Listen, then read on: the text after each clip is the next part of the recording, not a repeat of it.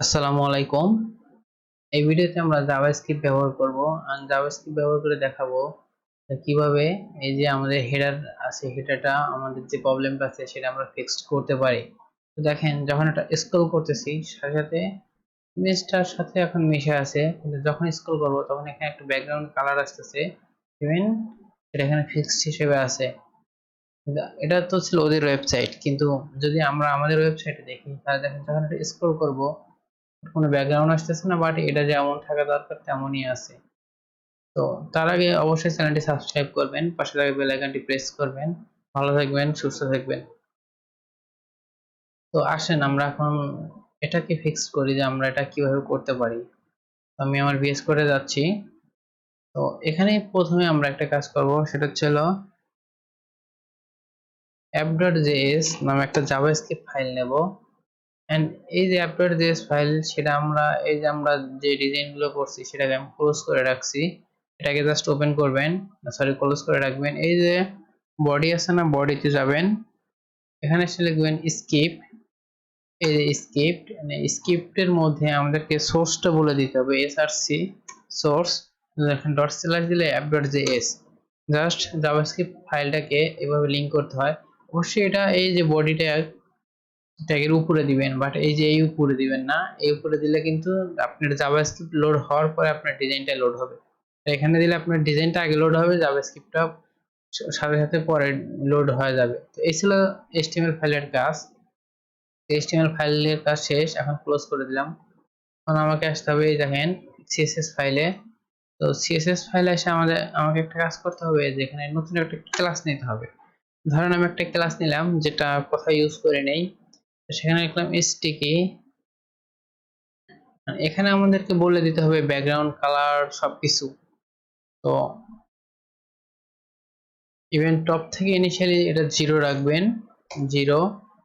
And এটার উইডথটা থাকবে 100%, ফুল, যেন কোথাও কম না হয়। অ্যান্ড এর একটা ব্যাকগ্রাউন্ড থাকবে।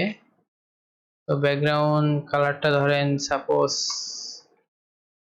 এই যে এই কালারটাই রাখলাম, মেবি ওরা এই কালারটা ইউজ করছে সম্ভবত। It's okay. তো এটাকে সেভ করলাম। এখন আমার কাজ হচ্ছে জাভাস্ক্রিপ্ট ফাইলে। তো জাভাস্ক্রিপ্ট ফাইলে আমাকে একটা ফাংশন বানাইতে হবে।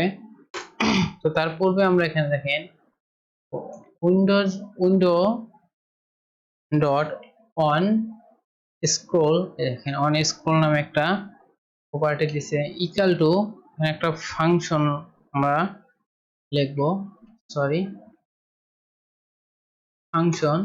এন্ড এই ফাংশনের মধ্যে আমরা নিজেরা যে ফাংশনটা বানাবো সেটাকে রাখবো। তো ফাংশনকে এভাবে ডিক্লেয়ার করতে হয়। মানে এটার মধ্যে আমরা নিজেরা যে ফাংশন বানাবো সেখানে ধরেন নাম দিলাম মাই ফাংশন। মাই ফাংশন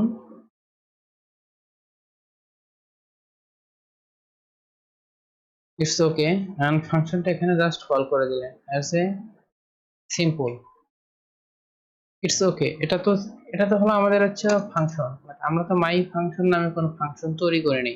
আমাদেরকে সেটা নিচে তৈরি করতে হবে। তার পূর্বে আমরা দুটা ভেরিয়েবল ডিক্লেয়ার করি, সেটা লেট দিয়া। তো লেট ধরেন যে হেডার, বা আপনারা আপনাদের ইচ্ছা মতো নাম দিতে পারবেন। Document dot get get element by ID, আমাকে একটা আইডি নিতে হবে। আর এখানে সেই আইডিটা বলে দিতে হবে। আইডির জন্য আমরা আমাদের এইচটিএমএল ফাইলে যাব। এই যে আমরা ন্যাপবারে, জাস্ট আমরা ন্যাপবারে একটা ক্লাস ইউজ করছি, এটার পাশে আমরা আবারও আইডি দিয়ে আবারও ন্যাপবার ইউজ করছি। জাস্ট আমরা ন্যাপবারকে কপি করব। এন্ড এই যে জাভাস্ক্রিপ্ট ফাইল আছে আইডি, এখানে আমরা জাস্ট এটাকে পেস্ট করে দেব। It's okay, save. এর নিচে আমরা আরেকটা লেট দিয়ে ইউজ করব, সেখানে আমরা লিখব স্টিকি স্টিকি। এন্ড এখানে আমরা ওই যে হেডারটা আছে না, আমরা জাস্ট হেডারটাকে বলে দেব যে এটা অফসেট টপ থেকে। তো ডট অফসেট, অফসেট দেখেন টপ আছে, এই যে অফসেট টপ। এটা যখনই উপর থেকে নিচে নামাবে সাথে সাথে এটা কাজ করবে। It's okay. কারণ এই যে আমরা মাই ফাংশন, মানে ফাংশন নামে একটা ফাংশন ডিক্লেয়ার করলাম, বাট এই ফাংশনটা তো আমরা তৈরি করলাম না। এখন আমরা এই ফাংশনটাকে তৈরি করে আসেন। এই ফাংশনটা এভাবে তৈরি করতে হয়, ফাংশন ফাংশন, এই ফাংশনের নাম হবে মাই ফাংশন, এন্ড এখানে আমরা একটা ব্র্যাকেট দেব, প্যারেনথেসিস দেব, তারপর আমরা সেকেন্ড ব্র্যাকেটের মধ্যে আমরা আমাদের সমস্ত কোড লিখব। এখানে আমাদের কন্ডিশন থাকবে ইফ যদি window dot page Y offset যদি আমরা যে স্টিকিটা নিছি সেই স্টিকির নিচে আসে, তাহলে এখানে ওই যে হেডার আছে না, হেডার ডট, সেই হেডারে আমাদের একটা ক্লাস লিস্ট অ্যাড হবে, ক্লাস লিস্ট ডট অ্যাড, একটা অ্যাড করব। সে ধরেন আমরা যে নামটা দেব সেটা হচ্ছে এই যে আমাদের সিএসএস ফাইলে যে আমরা নামটা ইউজ করছিলাম স্টিকি, জাস্ট এটাকে কপি করব এন্ড এখানে পেস্ট করব এন্ড এটাকে সেমিকোলন দিয়ে ক্লোজ করব। সেম কাজটা আমরা আবারও করব, যেখানে ইফ এর পরে আমাদেরকে এলস দিতে হয়, যে ইফের যে ঘটনাটা ঘটবে সেটা যদি কোনো কারণে ভুল হয় তাহলে এলস যা আছে সেটা হবে, বা ইফ এর কন্ডিশনটা শেষ হলে তখন এলসে চলে আসবে, বা এলস এর কন্ডিশনটা শেষ হয়ে গেলে তখন ইফে চলে যাবে। বাট এখানে আমরা একটু চেঞ্জ করে দেব, সেটা হচ্ছে এই অ্যাড এর কাছে আমরা এলসে এসে রিমুভ করব ক্লাস নামটা।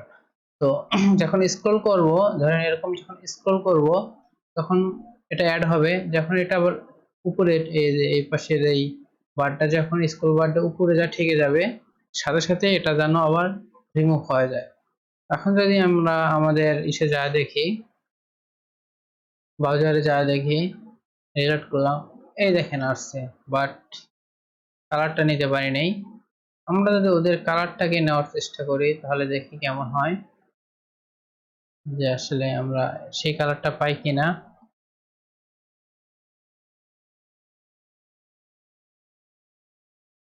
আমরা যদি এখন ওদের যে ব্যাকগ্রাউন্ড কালারটা ইউজ করছে সেটা যদি আমরা এইখানে পেস্ট করি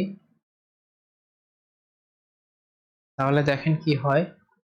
এই যে এটা ছিল মেবি ওদের কালার, এখন যদি আমরা আবারও রিলোড করি, সরি এটা না, এটা ইজ পারফেক্ট, এই দেখেন সেম আমাদের হেডারটা কাজ করতেছে, এখন অনেক সুন্দর দেখা যাচ্ছে। আমাদের আমাদের এটা দ্বিতীয় ভিডিওতে করা উচিত ছিল কিন্তু করা হয়নি, ইটস ওকে। সেম ওদের মতো দেখেন, এই যে পারফেক্ট এন্ড পারফেক্ট। ওরা ওরা এখানে একটু প্যাডিং ইউজ করছে সেই কারণে যে লড়াচড়া করে, বাট আমরা প্যাডিং ইউজ করে নিই তাই লড়াচড়া করছে না। তো এটা আপনারা ফিক্স করে নিন। তো এই ভিডিও এতটুকুই, অবশ্যই চ্যানেলটি সাবস্ক্রাইব করবেন, পাশে থাকা বেল আইকনটি প্রেস করবেন। ভালো থাকবেন, সুস্থ থাকবেন, আসসালামু আলাইকুম।